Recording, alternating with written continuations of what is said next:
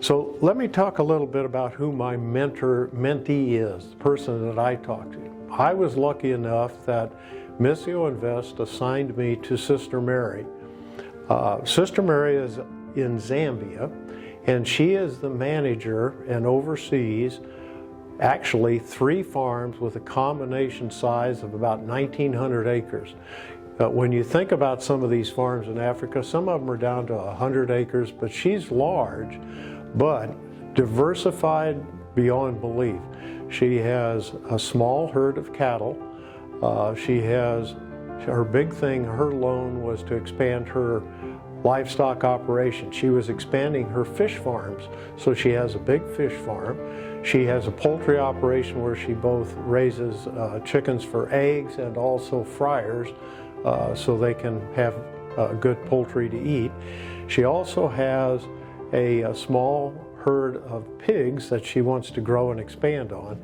And then she grows corn, soybeans, and the big thing that she has is a big banana grove and papayas and what I would call lots of tropical fruit. Zambia is very close to the equator. It's a tropical country. And then you think about, okay, this young sister, I call her young because she's in her early 50s, Sister Mary and her family, we've really gotten to know each other well, but she has advanced degrees in agriculture, in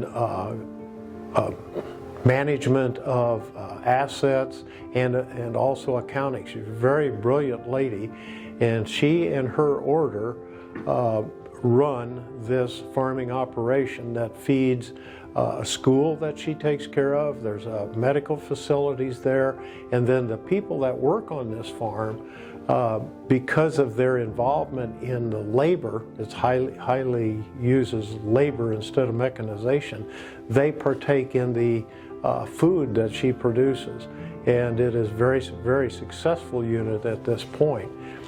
So what have I learned about Sister Mary and her farm? Everybody's a little different in the mentoring program. I can explain how it is to me, but if you decide to get into the mentoring program, it doesn't have to follow my model or what I'm doing. You kind of create your own way in how you interact with these people. Sister Mary and I have become what I would call very close, personable friends. We're almost like family to each other. We share pictures of each other's family. We talk about family birthdays. We talk about sadness in the family with illnesses or if somebody passes away. And we spend a lot of time talking about our faith, and we have no problem calling each other and say, hey, we've got this particular situation in our family. Could you say a prayer? Right now, we're working through a couple issues. When I'm making this video today, we're in a really dry situation here in Kansas. We need the rain bad. It happens to be the same in Zambia. Now, her crop year is 180 degrees from us. We're in the dormant time. All of our crops are in the bins. She's just planted, and her corn is drying up because they need rain so bad. So we're jointly praying for rain for each other. One of the things that really struck home to me, I told her at one time my wife was going to have some minor surgery and what day it was. And while I was sitting in the waiting room for my wife to get through her surgery, lo and behold, my phone rings, and it's Sister Mary in Zambia in the middle of the night for her because it's 7 hours difference. She called me to tell me that her and her sisters were praying for my wife, and we were hoping for a fast recovery. So those are the kind of things that we have in our mentoring between the two of us. She asked for help. For example, during this whole COVID crisis, she ended up, and one of her sisters ended up getting COVID, and we're praying her through that at this point, and she's recovering quite well. But we become personal friends with each other over this whole thing. She will call once in a while or talk to me about, she had a particular fruit that she didn't know what it was good for. She sent me pictures of the tree, of the fruit and everything. I was able to find some friends that I knew in that industry, and we came out and find out it was a type of chestnut, and she could actually use this for livestock feed if she prepared it a certain way. So it was a fruit that was falling on the ground rotting, and then she found a way now to use it through just common communication over things that happen. That's kind of how this whole mentoring program has grown, and I wouldn't quit it for anything. It has been wonderful. How do we communicate? Well, the thing is, there's a program called What's. It's an application. It's actually handled by the Facebook company. It's called What's, and it's on your telephone, WHATS.